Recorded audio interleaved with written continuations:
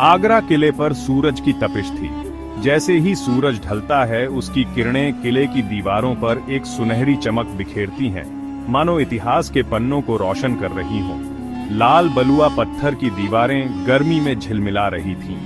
ये दीवारें न केवल किले की सुरक्षा करती है, बल्कि मुगल वास्तुकला की उत्कृष्टता का प्रतीक भी है। नीचे यमुना नदी आलसी सी बह रही थी, मैदानों के हरे रंग के सामने चांदी की तरह। यमुना की यह शांत धारा किले के जीवन को एक अद्वितीय शांति प्रदान करती है। किले के अंदर मोर हरी घास पर इठला रहे थे, उनकी आवाज आंगन में गूंज रही थी। मोरों की यह सुंदरता और उनकी मधुर आवाजें किले के वातावरण को और भी जीवंत बना देती हैं। फव्वारे छूट रहे थे, उनका ठंडा पानी गर्मी से राहत देता था। इन फव्वारों की ठंडी बौछारें किले के बागों को एक ताजगी भरी हवा देती हैं। महल के अंदर जिंदगी रंगों और आवाजों से भरी थी। हर कोने में एक नई कहानी, एक नया अनुभव छिपा हुआ था। दरबारी धीरे धीरे बातें कर रहे थे। उनकी बातचीत में राजनीति, कला और संस्कृति के विभिन्न पहलुओं पर चर्चा हुई। संगीतकार सितार और तबले पर मधुर धुनें बजा रहे थे। उनकी धुनें महल के गलियारों में गूंजती थीं, मानो समय को थामे हुए। शाही रसोई से केसर और इलायची की खुशबू आ रही थी। इन मसालों की महक महल के हर कोने में फैल जाती थी, जिससे एक अद्वितीय माहौल बनता था। इन सब के बीच में बादशाह शाहजहां रहते थे। उनका व्यक्तित्व और उनकी उपस्थिति महल के हर कोने में महसूस की जा सकती थी। वो अलग अलग तरह के इंसान थे, कभी गंभीर, कभी हंसमुख, लेकिन हमेशा अपने कर्तव्यों के प्रति समर्पित। वो एक डरावने योद्धा थे, लेकिन कला और खूबसूरती के दीवाने भी। युद्ध के मैदान में उनकी वीरता और कला के प्रति उनका प्रेम दोनों ही अद्वितीय थे। उन्होंने अपने विशाल साम्राज्य पर लोहे के मुट्ठी से राज किया, लेकिन उनका दिल सिर्फ एक का था। उनकी शक्ति और प्रेम दोनों ही उनकी पहचान थे। उनकी प्यारी मुमताज महल का, मुमताज महल के प्रति उनका प्रेम इतिहास के पन्नों में अमर हो गया है। यह प्रेम ही ताजमहल के निर्माण का प्रेरणा स्रोत बना। शाहजहां, आप परेशान लग रहे हैं। क्या बात है जो आपको इतना सोच में डाल रही है? दक्कन के विद्रोही और भी बहादुर होते जा रहे हैं। मुझे सेना लेकर दक्षिण जाना होगा। तुम्हें छोड़कर जाने का सोचकर दिल टूट रहा है। फर्ज बुला रहा है मेरे प्यार, जाओ और जीत कर लौटो। हम जल्द ही साथ होंगे। मुमताज महल, महल का जौहर। उनकी खूबसूरती मशहूर थी, लेकिन बादशाह को असल में उनकी अक्ल और दया ने मोहा था। वो उनकी राजदार, उनकी सलाहकार, उनकी हमराज थी। उन्होंने आह भरी और उन्हें पास खींच लिया। उनका स्पर्श ठंडा, सुकून देने वाला था। उन्होंने उनकी आंखों में देखा, जो प्यार और समझ से भरी थी। वो जानते थे कि वो दुनिया के सबसे खुशनसीब इंसान थे। शाही सेना दक्षिण की ओर बढ़ी। आदमियों और हाथियों का एक सैलाब उनके झंडे गर्म हवा में लहरा रहे थे। शाहजहां सबसे आगे चल रहे थे। उनका चेहरा गंभीर था। उनके सेनापतियों ने उन्हें इतना गंभीर कभी नहीं देखा था। वो मुमताज का एक छोटा सा चित्र अपने दिल के पास छुपा कर रखते थे। ये उनका तावीज़ था, उन सब चीज़ों की याद दिलाता था जिसके लिए वो लड़ रहे थे। वो रोज़ उन्हें खत लिखते थे, अपने डर और उम्मीदें, उनकी याद में तड़प सब बयान करते थे। उनके जवाब उनकी जीवन रेखा थे। महल की खबरों, उनके बच्चों और प्यार भरे शब्दों से भरे, जो उनके दिल के दर्द को कम करते थे। लेकिन प्यार भी जंग के तूफान को नहीं रोक सका। बोलो। स्त्री, हुजूर, बेगम साहिबा। बेगम साहिबा, उन्होंने एक बच्ची को जन्म दिया है, लेकिन वो बहुत बीमार है। जंग के मैदान में खबर आई। धूल से सना एक संदेशवाहक बादशाह के सामने झुक गया। शाहजहां के दिल को ठंडक सी लग गई। दुनिया घूम गई। शाहजहां लड़खड़ा गए। उनका हाथ खाली हवा में पकड़ रहा था। उन्हें वापस जाना था, उनके पास, अभी। वो दिन रात घोड़े पर सवार रहे। उनका दिल डर से भरा था, लेकिन ऐसा होना नहीं था। मेरे प्यार, गम मत करो। हमारा प्यार ये हमेशा रहेगा।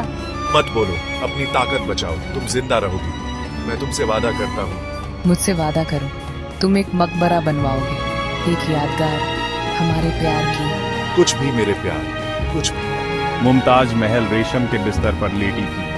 उनका चेहरा, जो कभी जिंदगी से भरा था, पीला और थका हुआ था, लेकिन शाहजहां पर टिकी उनकी आंखें एक तेज रोशनी से जल रही थीं। उन्होंने उनका हाथ थाम लिया। उनका अपना हाथ डर से ठंडा था। उनके होठों पर एक हल्की सी मुस्कान आई। उन्होंने अपनी आंखें बंद कर ली।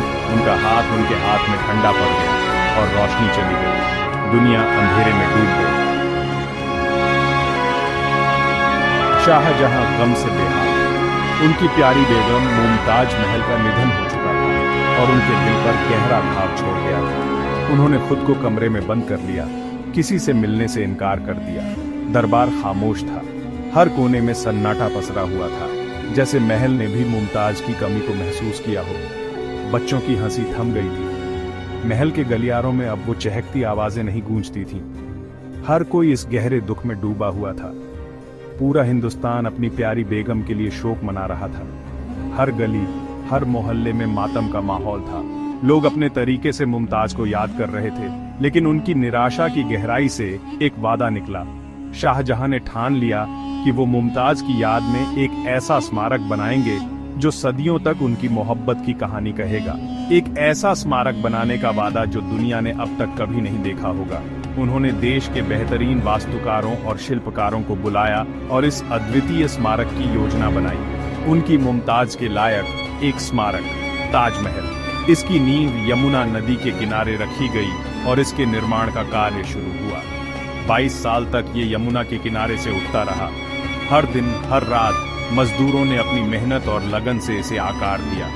सफेद संगमरमर का एक पहाड़, इसका परफेक्ट नाप देश के बेहतरीन कारीगरों और शिल्पकारों के हुकूमत का सबूत था।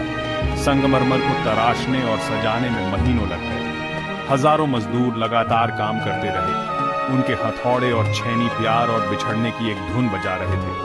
हर चोट में शाहजहां की मोहब्बत और मुमताज की यादें बसी थीं। ये शाहजहां का जुनून था, उनकी श्रद्धांजलि, उनका निभाया हुआ वादा। ताजमहल, एक ऐसा स्मारक जो आज भी उनकी अमर प्रेम कहानी का प्रतीक है।